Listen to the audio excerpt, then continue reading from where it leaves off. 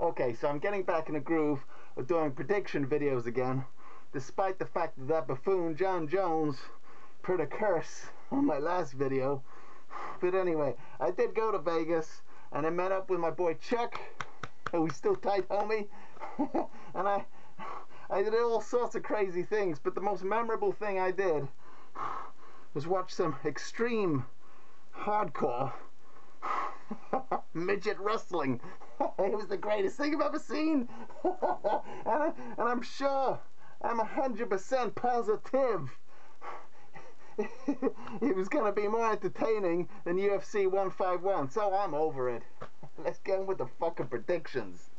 We start the main card with a featherweight bout between Cub Swanson and Charles Oliveira. Now, in my mind, Cub Swanson is most renowned for being a KO victim to Jose Aldo, or Jose Aldo, whatever you want to call him, in 8 seconds flat with a flying knee.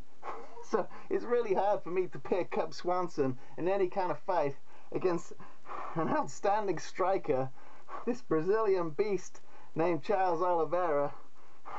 He's a young up-and-coming talent, and you know, it's all in the name. Cub Swanson, Swan Song. Now, for the less educated of you, look up the definition of swan song and you'll see what I mean. I mean, it's fate that Cub Swanson is gonna get annihilated. Oh, next up we got Michael the Count Bisping against the war hero Brian Stann. Now, this is a complete mismatch if you ask me. Michael Bisping is the most underrated fighter in the middleweight division, and Brian Stann is the most overrated fighter in the middleweight division. Now, some of you may be saying, what the? Well, let me tell you something. Who has Michael Bisping actually lost to? He's lost to champions. That's who he's lost to. He lost to Wanderlei Silva in a very close fight. Wanderlei Silva was the Pride middleweight champion for eons. He lost to Rashad Evans, former light heavyweight champion, and he lost to Dan Henderson, a legend, former Pride middleweight and welterweight champion.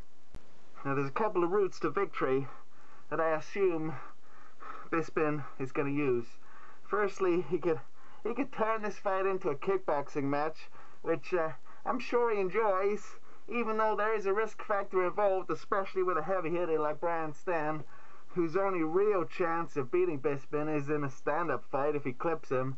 So I'm hesitant to think that Michael Bisping, coming off a loss, is going to do this standing and striking business.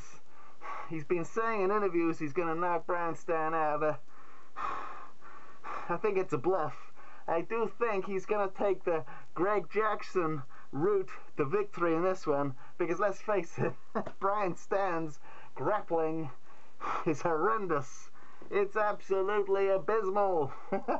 And Michael Bisping is a fairly good grappler, and he's got some fucking good jiu-jitsu. So I think Michael Bisping he's gonna play it safe. He's gonna go the Greg Jackson-esque route to victory, and I'm picking Michael Bisping by 3rd round submission.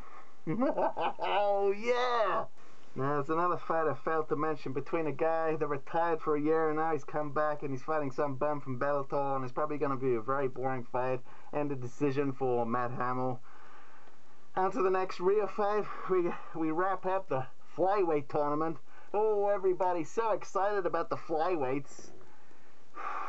We wrap up the tournament between Joseph Benavidez, who actually is legitimately exciting to watch, against Mighty Mouse Johnson. Now, to paraphrase Joe Rogan, Demetrius Johnson is apparently the fastest UFC fighter on the whole roster. Will this actually mean anything come fight time? Maybe, but I actually think Benavidez is a level above Mighty Mouse in terms of striking and in terms of wrestling.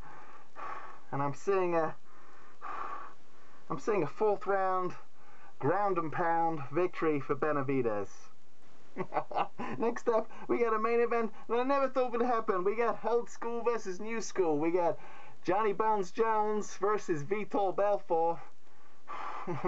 Vitor Belfort has been gifted.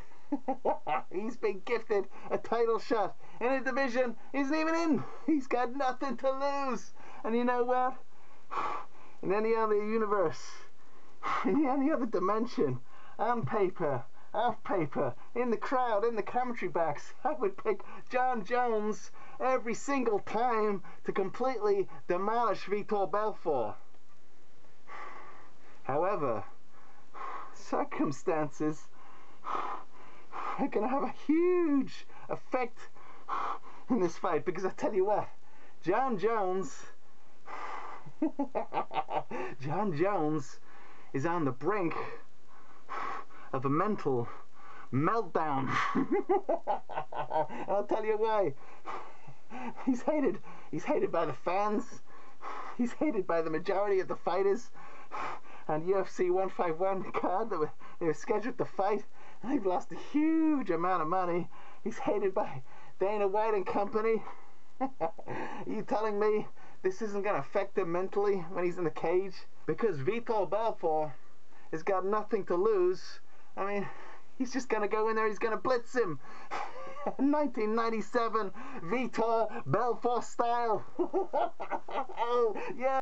You know what, Johnny? I watched something the other day, and I think it's kind of appropriate. It does relate to you a little bit. Have a look at this video on my phone. Is escaping. Just all this movie brooding. I just don't like that. Come on, come closer to me and don't be a coward. I don't want a coward in the family. Come here. You want me to win. You want me to win. Yes, I want you to win, and don't be a coward. Don't be a... You're not gonna... My son is not gonna be a coward. Stop that shivering. I don't want you to shiver like that. Don't shiver. You're a man. Okay? Don't shiver like that. You're gonna be a winner. Just don't shiver. A winner doesn't shiver. Don't be scared, homie.